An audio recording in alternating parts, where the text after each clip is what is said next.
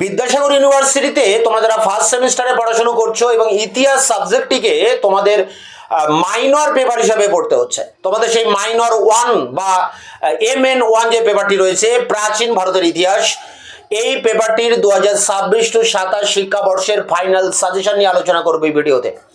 এখানে সাজেশনের সমস্ত প্রশ্নের উত্তর আমি চ্যানেলে আপলোড করে দিয়েছি, ভিডিওর ডেসক্রিপশন বক্সে তার লিঙ্ক দেওয়া রয়েছে। তোমরা সাজেশনের 10 এবং 5 নম্বরের প্রশ্নগুলো যদি ইউটিউবে লিখে সার্চ করো তাহলেও আমার দেওয়া অ্যান্সার তোমরা পেয়ে যাবে। এছাড়া ভিডিওর ডেসক্রিপশন বক্স ক্লিক করলেও তোমরা অ্যান্সারের লিঙ্ক পেয়ে যাবে। এই পেপারে যে শর্ট প্রশ্নগুলো পরীক্ষায় আসবে সেই শর্ট প্রশ্নের একটি ভিডিও খুব দ্রুত তোমাদের সামনে নিয়ে আসবো। তো দেখো, এখন আমি অন স্ক্রিনে তুলে ধরছি Vidyasagar university first semester history minor 1 এই পেপারটি 2026-27 ফাইনাল সাজেশন যে জায়গা থেকে তোমরা খাতায় নোট ডাউন করবে। Vidyasagar university first semester history minor 1 suggestion 2026-27 group এ, যেখানে 10 নম্বরের প্রশ্নের উত্তর লিখতে হবে। তার জন্য তোমরা 8-10টি প্রশ্ন দেখে যাবে। হরপ্পা সভ্যতার প্রধান বৈশিষ্ট্য, নগর পরিকল্পনাকে উল্লেখ করে তার বৈশিষ্ট্য লিখতে হবে। হরপ্পা সভ্যতার পতনের কারণগুলি আলোচনা করো। এই দুটোর মধ্যে একটা পরীক্ষা অবশ্যই আসবে। আর্য বিতর্ক আলোচনা করো।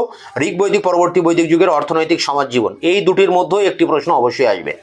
মগধের উত্থানে ভৌগোলিক অর্থনৈতিক প্রেক্ষাপট আলোচনা করো। মগধ সাম্রাজ্যবাদের বর্ণনা দাও। এই 5 এবং 6 এই দুটোর মধ্যে একটা আসতে পারে। চন্দ্রগুপ্ত মৌর্যের কৃতিত্ব আলোচনা করো। অশোকের ধর্মের প্রধান বৈশিষ্ট্য লেখো। গুপ্ত যুগকে সুবর্ণ যুগ বলা হয় কেন? গুপ্ত যুগের অর্থনীতির প্রধান বৈশিষ্ট্য আলোচনা করো, বিশেষ করে ভূমি রাজস্ব ব্যবস্থার উল্লেখ করে। আদি মধ্যযুগে ভারতের সামন্ততন্ত্রের উদ্ভব ও বিতর্ক, এই প্রশ্নটা অবশ্যই পরীক্ষায় আসবে। ত্রিপাক্ষিক সংগ্রামের কারণ ও ফলাফল লেখো। আদি মধ্যযুগে ভারতের নগরায়ণ প্রক্রিয়া বা তৃতীয় নগরায়ণ সম্পর্কে লেখো। 13টা প্রশ্ন রয়েছে, প্রতিটা প্রশ্নই ইম্পর্টেন্ট। এর মধ্যেই তোমরা প্রথম দিক থেকে 8-10টা প্রশ্ন পড়বে, তার মধ্যেই কমন পেয়ে যাবে। এই সমস্ত প্রশ্নের উত্তর আমি চ্যানেলে আপলোড করে দিয়েছি, ভিডিও ডেসক্রিপশন বক্সে তার লিঙ্ক দেওয়া আছে।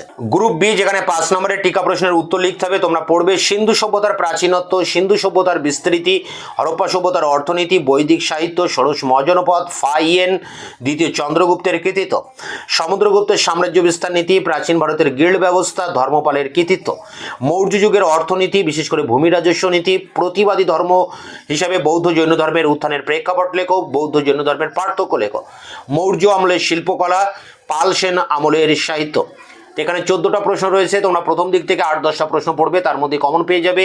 এই সমস্ত প্রশ্নের উত্তর আমি চ্যানেলে আপলোড করে দিয়েছি, ভিডিও ডেসক্রিপশন বক্সে তার লিঙ্ক দেওয়া রয়েছে। দেখা হচ্ছে অন্য ভিডিওতে।